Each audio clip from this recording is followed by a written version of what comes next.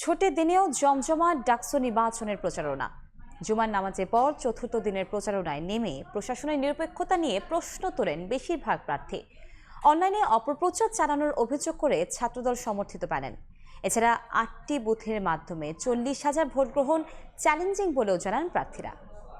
এই মুহূর্তে ঢাকা বিশ্ববিদ্যালয় ক্যাম্পাসে আছেন রিপোর্টার শাকির আহমেদ। আমরা সরাসরি যাচ্ছি তার কাছে। শাকির, প্রচারণা শুরুর চতুর্থ দিনে ডাকসু ও হল সংসদ নির্বাচনের প্রার্থীরা কিন্তু জুমার নামাজের পরপরই শিক্ষার্থীদের সঙ্গে তাদের যে গণসংযোগ সেটিতে অংশগ্রহণ করেন। পাশাপাশি বিভিন্ন হলে ডাকসু এবং হল সংসদের প্রার্থীরা কিন্তু শিক্ষার্থীদের কাছে তাদের যে ইশতেহার এবং নানা প্রতিশ্রুতি সেটি তুলে ধরেছেন। পাশাপাশি তারা কিন্তু ইশতেহার তুলে ধরার পাশাপাশি তারা যে প্রতিশ্রুতিগুলো দিয়েছেন সেগুলোর বিষয়ে তারা শিক্ষার্থীদেরকে আসলে আশ্বস্ত করছেন যে বিশ্ববিদ্যালয়ের যে সমস্যাগুলো সেই সমস্যাগুলোর সমাধান করবে তারা আসলে কি করবেন সেগুলোর বিষয়ে শিক্ষার্থীদেরকে অবহিত করছেন। আরেকটি বিষয়, তারা কিন্তু গণমাধ্যমের সঙ্গে যখনই কথা বলছেন তখন কিন্তু তারা বেশ কয়েকটি বিষয় নিয়ে আসলে তাদের উদ্বেগের কথা জানিয়েছেন। সেগুলোর মধ্যে রয়েছে ৪০,০০০ শিক্ষার্থীর জন্য মাত্র ৮টি ভোট কেন্দ্র, এটিকে তারা অপর্যাপ্ত বলছেন যে 8টি ভোট কেন্দ্রে ৪০,০০০ শিক্ষার্থী ঠিকভাবে এই সময়ে ভোট দিতে পারবে কিনা সেটি নিয়ে তারা শঙ্কিত আছেন। পাশাপাশি নির্বাচনে সেনাবাহিনী থাকা না থাকা নিয়েও তাদের যে একটি প্রতিক্রিয়া সেটি আছে।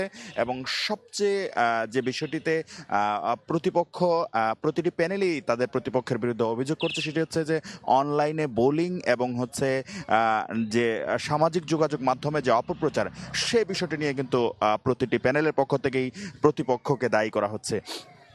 পাশাপাশি তারা আরেকটি বিষয় বলছেন যে বিশ্ববিদ্যালয় প্রশাসন আসলে ঠিক আচরণবিধি লঙ্ঘন কারা করছে তাদের বিরুদ্ধে ঠিকমতো ব্যবস্থা নিচ্ছেন না। পাশাপাশি তারা বলছেন যে বিশ্ববিদ্যালয় প্রশাসন একপাক্ষিক আচরণ করছেন এবং অনেক প্রার্থী যদি বলতে যাই প্রতিরোধ পরিষদের প্রার্থীরা কিন্তু আজ হুমকি দিয়েছেন যে অনেকটা যে বিশ্ববিদ্যালয় প্রশাসন যদি নিরপেক্ষতার প্রমাণ দিতে ব্যর্থ হয় তাহলে তারা নির্বাচন থেকেও সরে যেতে পারেন, এমন হুমকিও কিন্তু দিচ্ছেন প্রতিরোধ পর্ষদ সহ কোনো প্যানেলের প্রার্থী।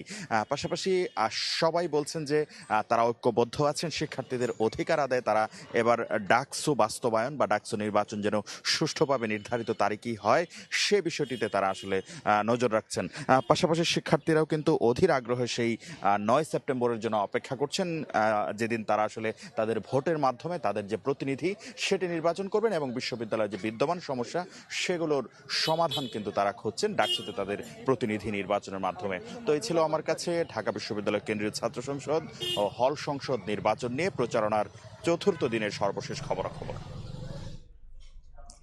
ডাকসু নির্বাচনের প্রচারণার খবর জানাচ্ছিলেন আমাদের রিপোর্টার শাকির আহমেদ।